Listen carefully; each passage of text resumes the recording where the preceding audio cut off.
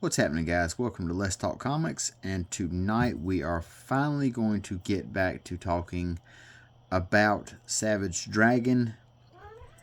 When I launched this channel so very long ago, my sole purpose was to talk about just the Savage Dragon comic, and since then it has grown into so much more, and sadly Savage Dragon has been kind of pushed to the back burner. But tonight I'm going to get back to it.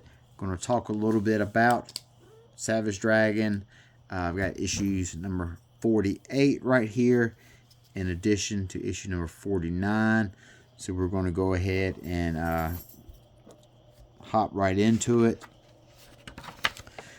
As always, Erik Larsen is our creator, writer, penciler, and inker.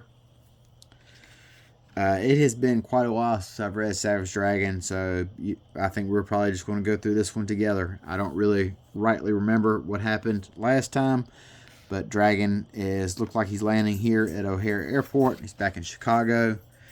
His former partner, Alex, is very happy to see him, it seems like.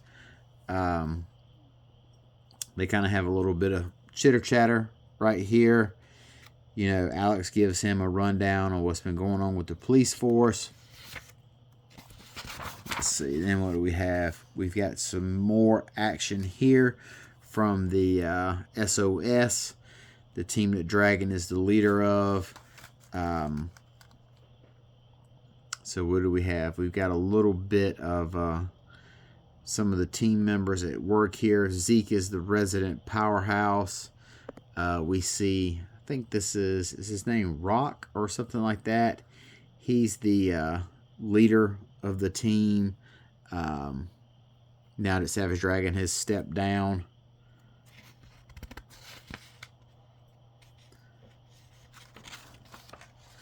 Then for some strange reason, well, not some strange reason, we would know what the reason is. Dragon and Alex are hooking up, and she's telling Dragon, hey, this is just nothing. There's no feelings or anything here. This is just a hookup. You know, we're not going to try to make this anything. And then she says that she's still thinking about her ex-boyfriend, Chris, who was really Star. And Dragon says, you know, we'll still be friends, yada, yada, yada. Just kind of bullshit dialogue, so to speak. We see Barbaric and Ricochet have had their first child, baby girl. Then we kind of get to what has been the big plot for the book recently. We see that the character, the Horde, he has been using his mind control worms to kind of infiltrate and try and make his move to take over the Vicious Circle. He's been working in the background using his worms that can brain control people. We've got the Overlord armor right here. We've got the Overlord armor here. The last guy who controlled the armor died, and the government basically took the armor for their own purpose. It has been reactivated and it's kind of broke out on its own, we see here. Then we have Mace and She-Dragon. Mace is a vigilante. She-Dragon was working with the police force, and they are attacking Brainiape, Powerhouse, and I don't know who this guy's name is right here, but he has like an octopus come out of his head. So we've got a really cool Erik Larsen attack scene. Now, you'll see this is Brainiape, and inside of this little bubble on top of his head is Cyberface's head. So he has all the memories of Cyberface, and there used to be like a regular brain in there, and that's gone now. And now Cyberface's head is in there. So we just kind of have like a big fight scene or whatever. Then Dragon shows up, and he tells the guys, he's like, you know, he sees that Dragon says, he goes, and here I thought I was the only guy around these parts with a stupid looking thing stuck on his head. Do me a favor, struggle. And then Mace and She-Dragon jump on top of Dragon, and Dragon puts two and two together, and he realizes that the little worms that the Horde uses are attached to them, and that's what is being that's how they're being controlled. And then we have a Powerhouse, one of the more absurd supervillains here. He attacks Dragon. I mean, the guy's basically like a chicken, just such a like a crazy type look. And then we have this really weird pinup here. I never could figure out what the deal is with this pinup. Was this supposed to be his family? Was Powerhouse at one point just like a circus freak, you know? And the rest, and like their gimmick was like chicken folk? It's kind of like a really weird pinup. Basically what we have here is Dragon and Powerhouse are fighting, and Dragon's telling Powerhouse, this is such an absurd thing for me to be doing, to be fighting like a giant chicken. And then Powerhouse is telling him, you know, I'm a freak. Us really eccentric looking freaks, we have to do what we can. We don't look normal like you do. Which he says, he tells Dragon, he's like, you know, I mean, just look at you. Or he tells Dragon on this page right here, he's saying, you know, you're someone that can kind of pass. You're someone that can kind of be normal, but the rest of us freaks don't have a choice. How's Dragon someone that can be normal? He only has two toes. He's green, and he has a huge fin. You know, so I don't really get Powerhouse's argument right here. And also, this is insanely fucked up right here. This is some insane dialogue by Erik Larsen in this book. I'm not going to read this out, but here's the panel right here. Just some insanity by Erik Larsen writing that. So they just have a big fight or whatever.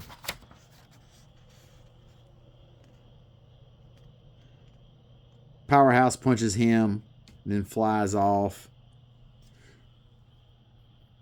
Frank and Dragon have a reunion. Frank tries to get Dragon to come back to the police force. Meanwhile, Brainiac, Powerhouse, and Squid Face Guy, they're just kind of being celebrating having Overlord's armor.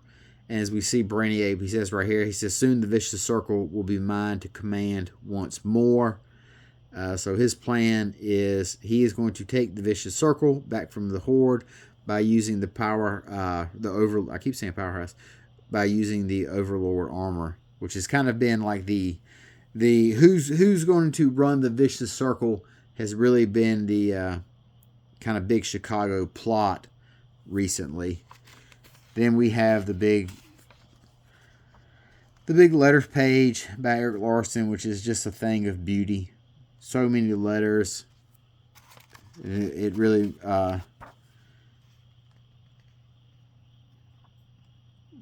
every issue has so many letters on here, and they're really, really long letters too, which is really cool to see. And then we have these little breakdowns here on the end, on the last page, in the style of the official handbook of the Marvel Universe. where you have name, occupation, aliases, date of birth. So it just has like an origin, height, weight, power set. You have one for rock, and then you have one for Smasher, Jennifer Murphy. This is currently the woman that Dragon is trying to get with. This is the one that Dragon was telling Alex that he was trying to hook up with while he was in the process of hooking up with Alex. So, Savage Dragon, big scumbag, hero. Then we have an ad here for the Jackie Chan comic book. So that was Savage Dragon number 48. Now let's do 49.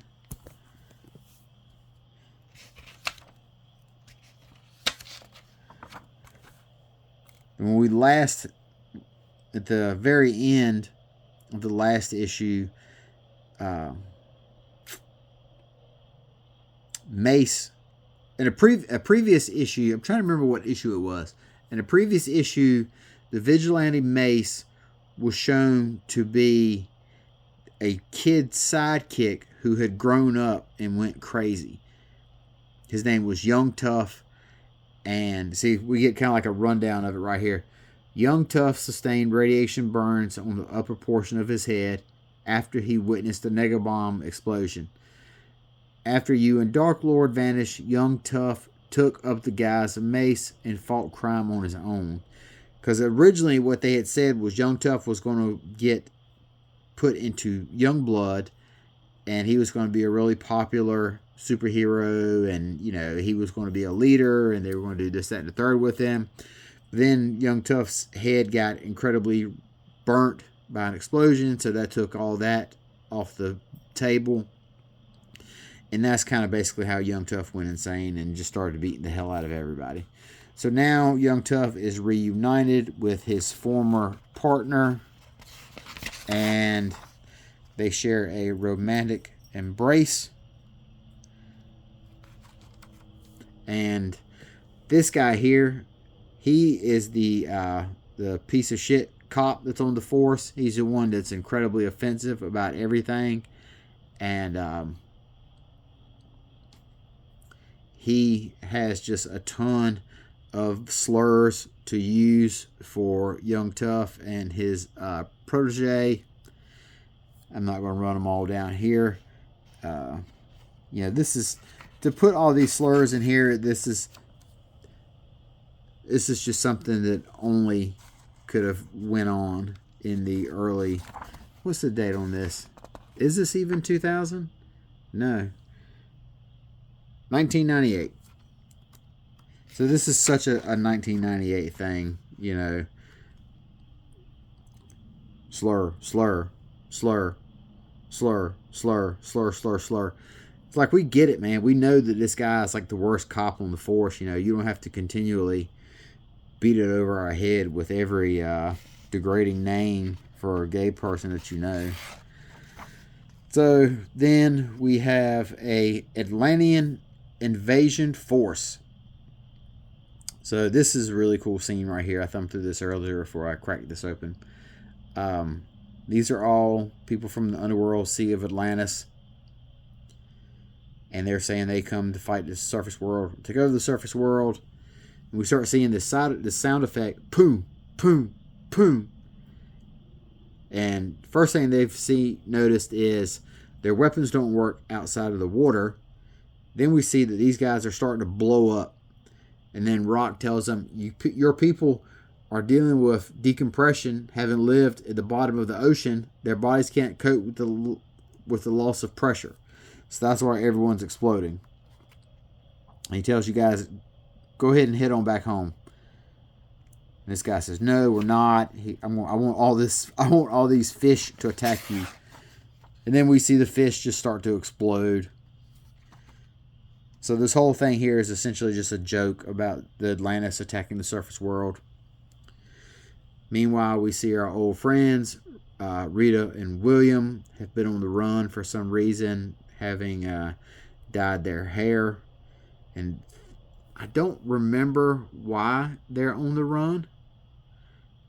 I don't know why people are after them.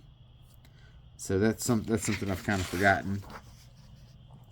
Savage Dragon's on the scene of where they broke out the Overlord armor. Frank tells him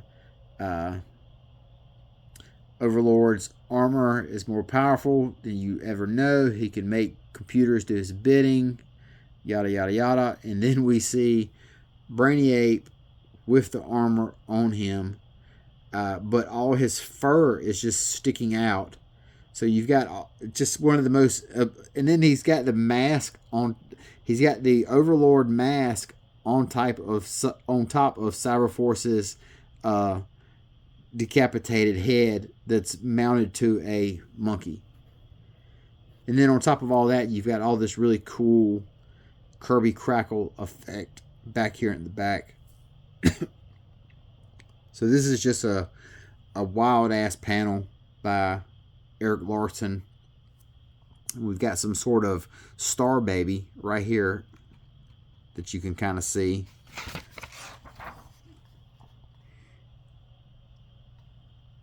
And then it gets even more ridiculous is the worms, Horde's leeches show up, and one of the worms says, "Not so fast, dickheads.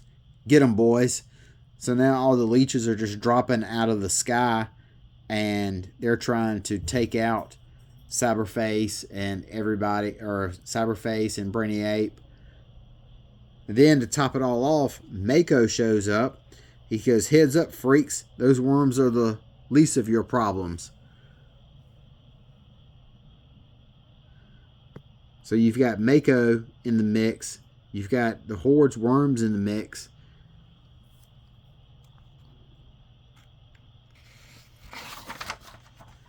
Then, to top it all off, Killcat shows up with Beast Boy and another guy because the Kid Avenger joined the super team and left Killcat. So you just got a whole lot of shit going on right here. And then we cut to this scene right here. Dragon and Alex are back having sex again.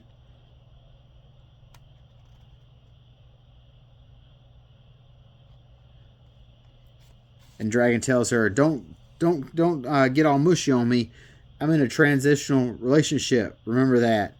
And Alex goes, "I'm not in love with you, just parts of you." Oh, Erik Larsen.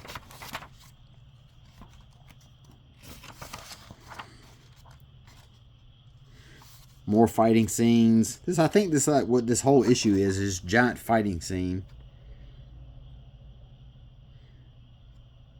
Dragon shows up and tells Brainiac / Cyberface, just when I thought you couldn't look more idiotic.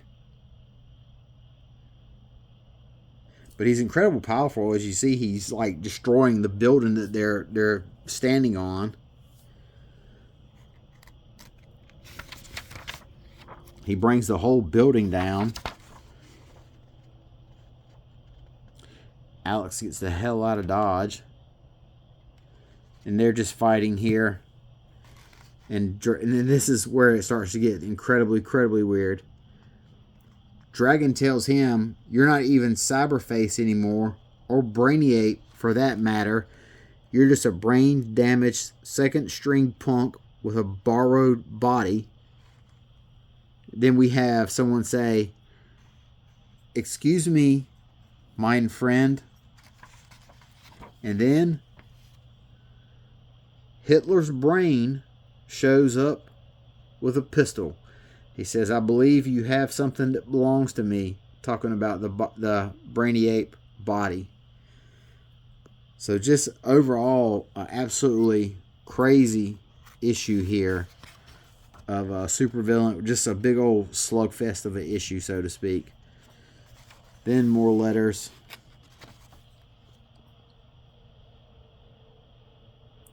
These people are incredibly passionate about Dragon. I'm always impressed. This is my favorite letter page of all time. The Finn Addicts letter page is my favorite of all time. Look at this letter right here.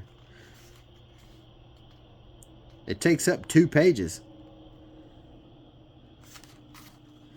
These people really had something on their mind. So that is the end of Savage. And then we've got Desperate Times by Chris Elapius.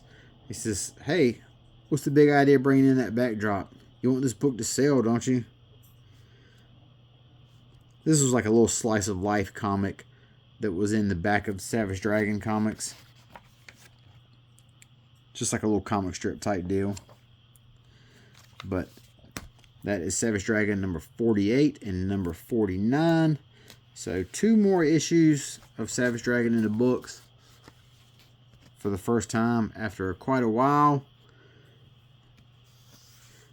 We got number 50 up next. So it's only taken us 6 years to get 50 issues. That's not the most impressive pace, but hey, they always say the joy is in the journey. But until next time, I will talk to you guys later. Have a good night. Bye-bye.